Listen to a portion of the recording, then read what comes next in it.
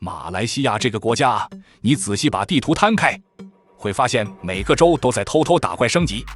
有的靠油氣撐腰，有的靠科技吃飯，有的靠旅遊在發光，甚至有些州乍看佛系，其實錢包比你想的厚。今天我們就一次性把這10個最會賺錢的州屬全部拉出來排排站。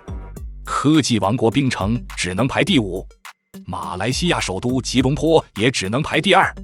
第1名你肯定猜到了，是不是開始懷疑自己的家鄉到底是經濟大魔王，還是邊境村落？準備好了，記得訂閱加點讚，我們直接開始。第10名，登嘉樓。來了，先講一句實話，登嘉樓是那種你以為很安靜、很佛、很海風的州，但其實它的錢是從海底噴上來的，根本是天然資源界的隱藏富豪。2024官方 GDP 大約落在39億9200萬令吉，而2025在油氣價格沒崩盤，國內能源需求依舊高的情況下，它繼續穩穩坐在全國 Top 10， 沒有人能把它擠下去。登嘉樓的整片南中國海下面像放着一座天然的 ATM， 平台一鑽下去，原油天然气上來，煉油廠一轉起來，整個州財政就跟呼吸一樣順暢。登嘉樓不是那種靠科技、靠外資、靠人口稱 GDP 的州屬，它就像 RPG 裡的資源型坦克，攻擊力不一定最高，可是血量厚，基礎穩，資源一波波產出，不靠流量，靠的是底氣。你以為登嘉樓的經濟結構只靠石油？其實登嘉樓還有建築和政府支出，把錢再投入地面建設，形成自循環。旅遊是加分項，沒它，登嘉樓也能算得上小康州屬。你只要坐在岸邊和本地拉茶，登嘉樓一年也會給你一個幾十億等級的經濟地盤。畢竟登嘉樓的海底能吐錢。第9名，吉蘭丹。這州的特色就是錢包厚度會讓人懷疑它是不是把錢藏在地磚下面。吉蘭丹的經濟不是靠超級工廠，也不是靠外資科技鏈，它靠的是一種現金流跑得比誰都快的生活方式。2024的官方 GDP 大概在28億7000萬令吉，而2025繼續靠跨境商貿、批發零售、傳統市場與大量的年輕人口在撐盤，穩穩卡住第9名，絕對不是來客串的。你以為吉蘭丹的經濟是慢熱？你錯了，它是那種表面很 chill， 但後廚忙得像戰場的州，每天現金交易量大到誇張，尤其靠近泰國的邊境貿易，貨從泰國滾進來，錢從馬來西亞滾出去，整個經濟流速比不少大洲還更走水路。吉蘭丹靠夜市、批發、邊境商家就能把 GDP 撐住，它不用喊創新，不用喊工業 4.0 也能穩住幾十億規模，反而讓人覺得別人忙着升級裝備，他忙着賣貨，結果兩邊賺的錢差不多。再加上吉蘭丹人口年輕化，消費力強，結婚早，小孩多，市場永遠有需求。你把它想成經濟學的無限血量小怪，打不死，消不弱，永遠会回到基本面。吉蘭丹清晨的巴剎跟傍晚的夜市，人潮像潮水一樣一波又一波，錢在攤位間流來流去，完全就是靠生活本身在撐起經濟。第8名，彭亨州。這州啊，你看地圖會以為哇，這州也太大了吧，結果深入了解之後才發現，它中間大多數都是森林。2024年的官方 GDP 落在大約68億7000萬令吉，寫出來你可能還沒感覺，但你只要開車經過彭亨，一路上棕油、礦區、森林，加上沿海產業一起排隊跟你打招呼，你就會明白這數字不是從辦公室吹冷氣吹出來的，是從土地裡挖出來的。彭亨有一種全馬獨一無二的經濟氣質，不喊口號，不講未來，不搞那些聽了很爽但結果不一定會發生的東西。它就是那種把土地鋪開，把資源拿去賣，把該做的事老老實實做好的基礎輸出型州属。講難聽一點，別人忙着做大新聞、辦大活動，喊創新轉型 2.0， 彭亨完全不跟你玩這個，他只做一件事，賺錢，而且是慢慢賺錢，穩穩賺錢，不會讓你驚喜，也不會讓你嚇到。你可以把它想象是公司裡那個最不搶鏡的老員工，10年如一日，從不抱怨，你叫他做什麼他就做什麼，但每年績效都穩穩在線，甚至比那些很會講、很會提案但不一定會做事的人更實際。喊發展喊了半天，結果地上連一根像樣的柱子都沒冒出來。第7名，沙巴。你走進去沙巴，會以為自己進入觀光宣傳片，但它的經濟底盤其實比想象中硬。2024年的官方 GDP 大約84億3千萬令吉，這裡是靠山、靠海、靠風景、靠遊客刷存在感，撐起一個全馬前段班的經濟體。一方面有海底資源撐腰，一方面又有觀光客在陸地瘋狂撒錢，兩條腿一起走路，穩到不行。你以為它只有旅遊嗎？別忘了，人家的海鮮出口、種植業、服務業，一層一層疊起來。最經典的畫面就是沙巴的仙本那，你站在碼頭上，看着那些潛水客像魚群一樣，每天一批又一批的來，錢包在島上到處飛。結果你會突然理解那句老話：風景越漂亮，經濟越不會太差。沙巴還有一個特色，就是別人是在陸地上為 GDP 打拼，他則是在海上賺錢，在山裡賺錢，在遊客手裡賺錢，甚至連天空都能幫他賺錢。因為只要天晴，他的旅遊業就會直接放大1倍。更暗一點的說，沙巴什麼都沒喊，全球遊客自己送上門來，還順便幫他拍宣傳照。沙巴這種州不需要硬撐，只要風一吹，海一亮，山一拍照，它的經濟就自己跑起來。沙巴可能不會成為全國最強，但絕對不能忽視它，因為只要旅游旺季一到，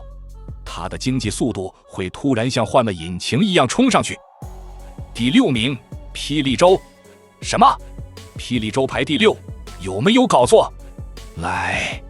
，2024官方 GDP 大約86億2千萬令吉，穩得像一輛永遠不會拋錨的舊卡車。只要你發動車，它一定會從頭開到尾。霹靂的強是一種你以為它沒在賺錢，其實它賺得比你想的還穩。製造業、農業、食品加工、礦產、工業走廊，全都像老字號職人一樣，不吵不鬧，不裝逼，不喊高科技口號，但每一年產值都乖乖交出來，讓全國經濟結構少不了它。你如果開車走霹靂，會發現這裡的經濟畫面不是耀眼霓虹燈，而是工廠煙囪排排站，加工廠一件接一件，卡車一車接一車，物流像在做深蹲，踏實的讓你懷疑這裡是不是馬來西亞經濟的核心下盤。它沒有雪龍那種大都會的光，也沒有檳城那種科技光環，但霹靂就像是一台穩健的大型引擎，動力不是來自速度，而是來自結構完整、耐用、可靠的底盤。無論是怡保的城市經濟、五邊的工業活動、曼榮的港口腹地，還是東部大片農業區，全部組合起來形成一個龐大而扎實的經濟網絡。霹靂的價值在於它讓人安心，它是全國經濟的重要中斷支柱，穩定供應制造產值、農業產出與物流動能，讓整體經濟保持平衡的州屬。第5名，檳城州。馬來西亞經濟裡最精密的那一塊拼圖，它不像一些州靠土地大，也不像資源州那樣靠大自然撐腰。檳城的實力是靠一条条金屬般緊密的電子供應鏈焊出來的。2024年的官方 GDP 落在121億5千萬令吉，這個數字帶有一種產業含金量很高的重量感，因為裡面大部分並不是一般製造，而是半導體、封測、電子組裝、精密零件這些高價值產業。走進檳城，你會發現它的經濟節奏和其他州完全不同。這裡不是看煙囪數量，而是看晶圓機台亮了幾台，封測廠開了幾個產線，外資科技企業又添了多少條訂單。整個島的運作方式很像一台高速運轉的主機，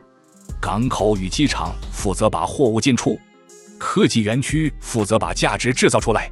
城市負責把人才留下來。檳城強的地方也在於它外資吸引力極強，許多國際企業會把東南亞的高階生產或研發放在這裡，讓它在全球經濟鏈裡一直維持高位置。你隨便拿起家裡的電子產品，很可能裡面某個小零件就是在檳城加工過的。更重要的是，檳城的經濟不是靠運氣，而是靠幾十年累積的技術、人才、產業基礎與信譽。一個供應鏈從零到現在變成全球半導體網絡中的重要節點，這種東西是砸錢也砸不出來的。更直白一點，檳城雖然地小，但它的經濟密度卻是全國最緊湊、最高值的區域之一。第4名，沙拉越州。沙拉越是馬來西亞經濟裡最像大型發動機的存在，它的力量來自大地，來自海底，來自水庫，也來自長期扎根的重工業基礎。2024年的官方 GDP 來到148億2千萬令吉，這是那種你一看到數字就知道是資源型州屬才能撐出來的規模。沙拉越的經濟結構非常立體，天然氣、石油、棕油、木材、電力5大板塊像5根巨柱一樣，把整個州的經濟架得穩穩的。尤其是天然氣與液化天然氣產業，是它最關鍵的火力來源，出口量大，需求穩定，是那種只要全球能源市場不崩，產值就會持續亮着的產業。再加上沙拉越過去10幾年大力發展水電工程，像巴贡水壩、母魯水壩等大型項目，讓它不僅能自給自足，還能把電力賣到東南亞周邊地區，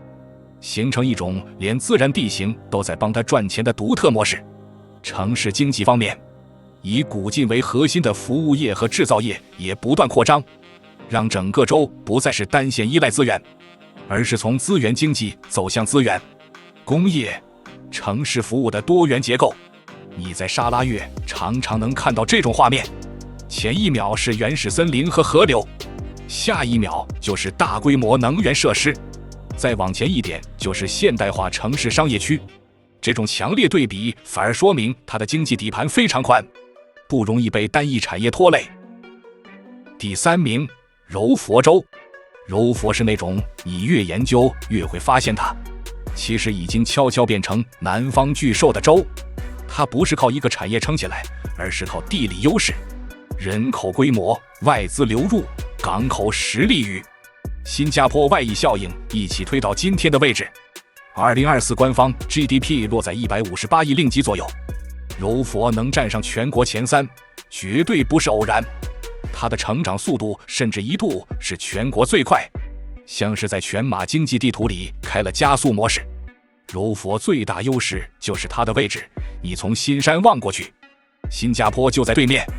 而這條海峽每天都在產生經濟能量，跨境就業、跨境消費、跨境物流、跨境投資，讓柔佛像同時插在2個電源上的裝置，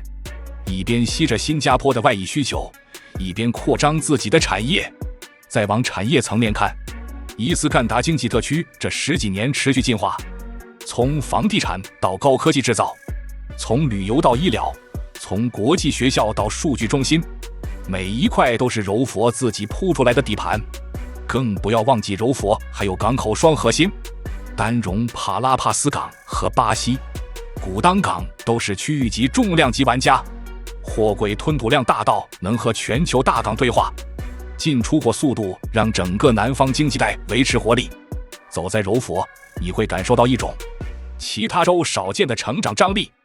大型建設一個接一個，工業園區一片接一片，城市擴張速度像在向外推。你會清楚知道這個州不是靠運氣，而是靠持續擴大的功能性在往前走。它不像資源州靠地下寶藏，它也不像科技州靠專業鏈。柔佛更像是一個綜合屬性拉滿的角色，人口夠，地夠大，位置夠好，港口夠強，產業夠廣，而且未來潛力還沒用完。第2名，吉隆坡。吉隆坡是馬來西亞的聯邦直轄市，這個城市的經濟強度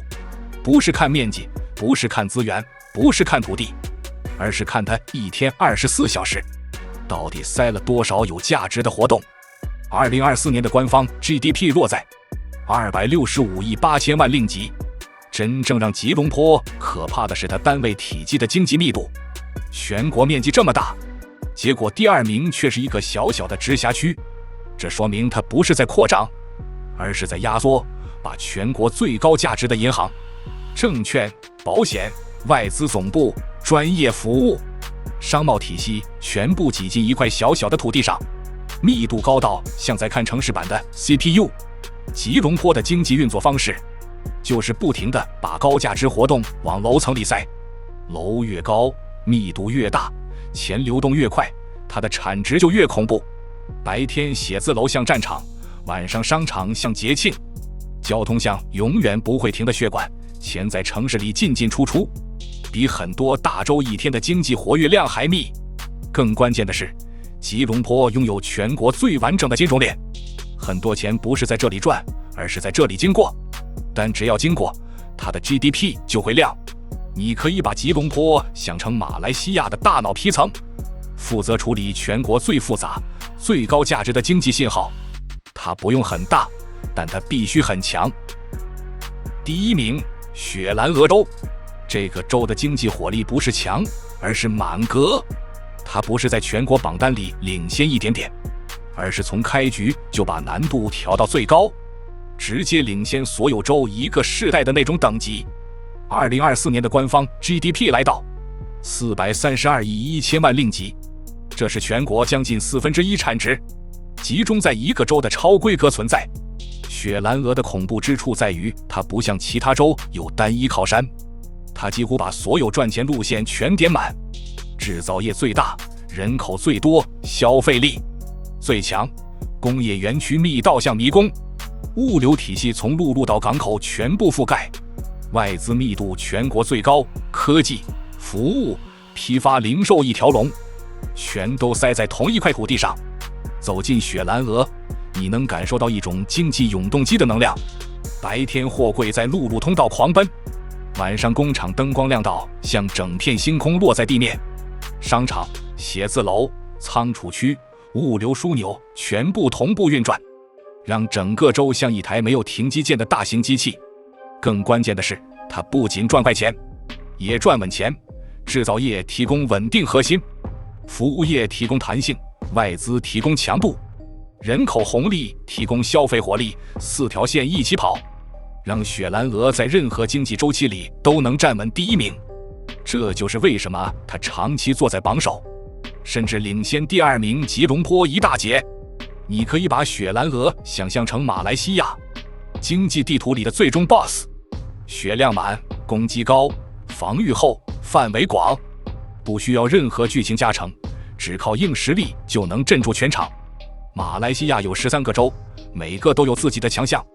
國家的經濟從來不是單靠某一個州在撐，而是靠資源州、製造州、科技州、港口州、金融、城市一起拼起來的組合技。無論你來自哪一州，你其實都在這台大機器裡面扮演角色，每一塊都重要。記得訂閱、點讚、分享，這就是馬來西亞各州實力。下次我們還要帶你看更多你以為熟悉，卻從來沒真正了解過的世界。我們下期見。